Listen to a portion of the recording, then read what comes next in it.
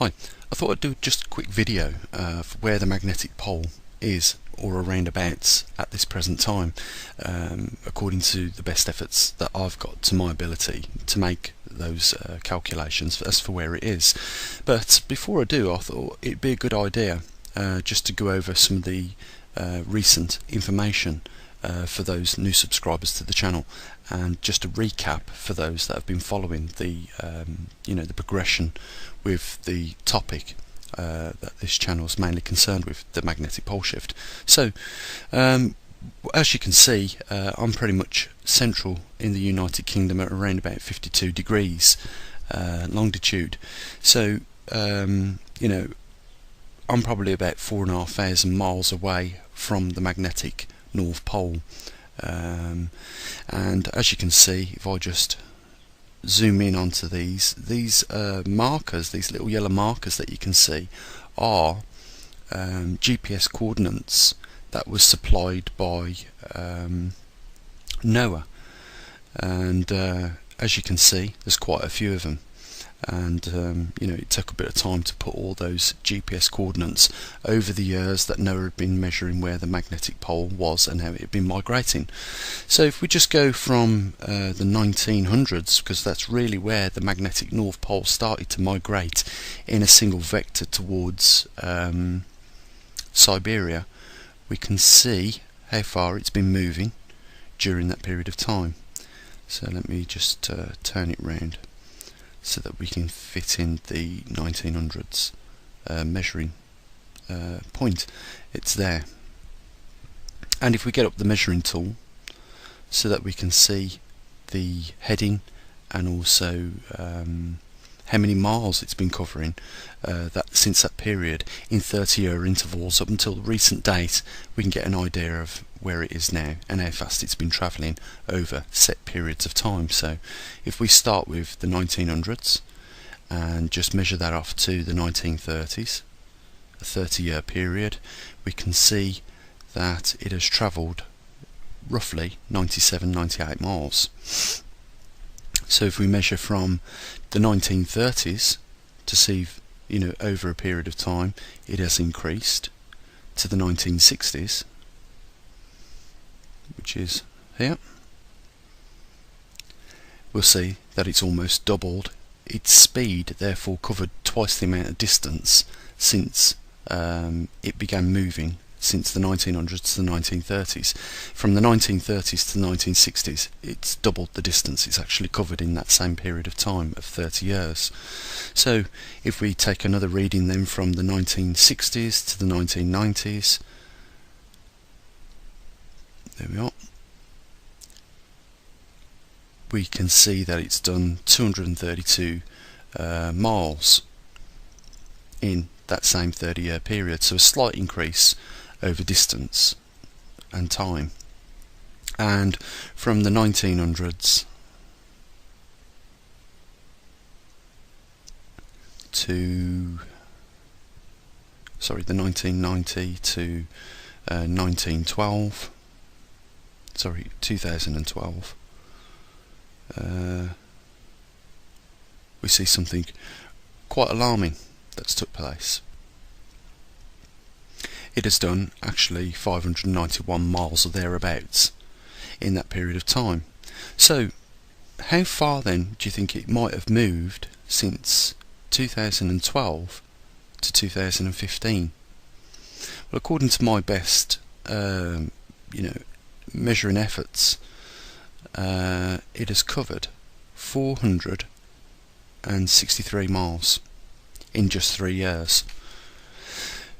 Now, I've always measured it from the same place in central England, right? So if you're measuring it from further towards the equator, those yearly periods become different with regards to 1 degree's measurements over a period of time.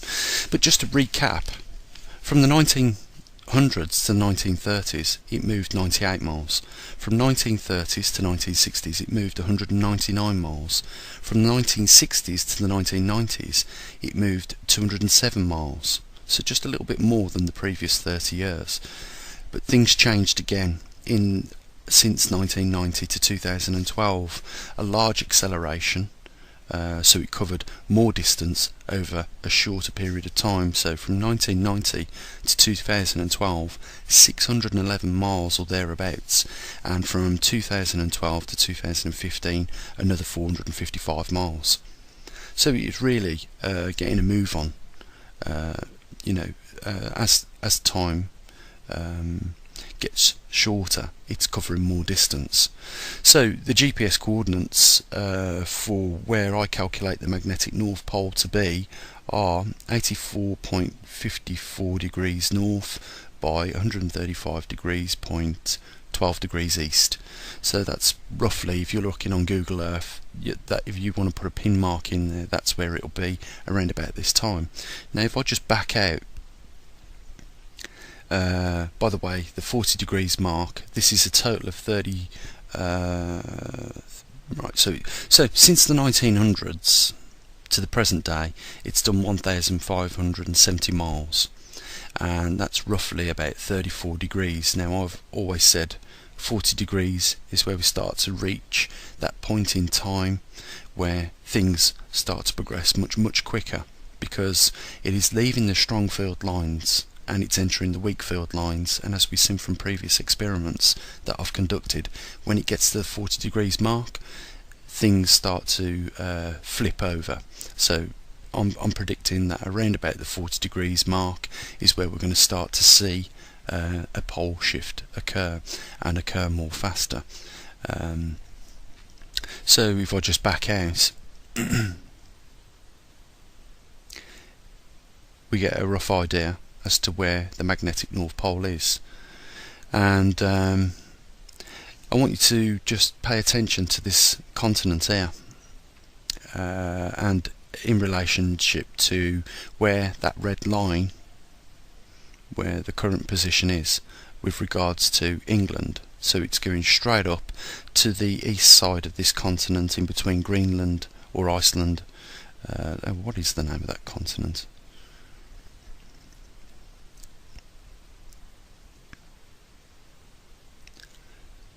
Svalbard, is it? Probably making a mess of that, but there you go. So we're going to look on the swarm data to see where this line is, and in particular where the magnetic north pole is with relation to the swarm data, because something interesting in the position of where I've calculated the magnetic north pole to be, there's a significant with regards to the swarm data. So let's get that up so we can have a look at that. Let's just get this off. So we're just looking at the northern hemisphere of the swarm data. Now I said the magnetic north pole, if you've got a compass, the compass is actually pointing in between the fragmenting poles. Now they're both polarized north, and as you can see, that's that continent I mentioned there, and you can see that there is virtually in between the two poles, and it's slightly towards the right hand north pole on this chart, but you can see the line that was on Google Earth where I measured it was running virtually in between the two main plumes of magnetic field strength, if you want. So that's it. That it almost confirms then where the pole is with relationship to those jet streams as well, if we look up on the temperature map, which I'll just pull up now. So here we are on the temperature chart, and if we was looking at the magnetic swarm data, we would see the two magnetic blooms both over the north left hemisphere and the right hemisphere on the map, and we would see in between, as we are seeing, like a peaked region of warmer weather. So as I've said before, I'm not going to keep repeating it, but where these plumes are going to be the regions where it's much colder, and that is because magnetic material favours cooler regions of the Earth, therefore increasing the magnetic ability of the material in strength, and where it's warmer it's going to be weaker. And what we can see in between the two magnetic plumes on swarm data is a weaker magnetic region in the centre, which runs parallel or vertical from England up past that continent that we pointed out on that other chart. And that rounds up the update for the magnetic pole and its relative position. Over the next month or so, just when we can get a few quid together, I'm going to be building 3 separate stations with three axes magnetometers in. And the reason for that is if there's a random uncertainty with one of them, it's unlikely that it's going to be in all 3 at the same time, so we can chart with the best accuracy of the the components where the magnetic north pole is. And if we have such things such as solar flares, we can see how they affect the magnetic pole or the magnetosphere, and if there is any changes in the core of the Earth with the magneto, we should be able to pick up those variations. What I'm doing at the moment is trying to source the most accurate and affordable magnetometer,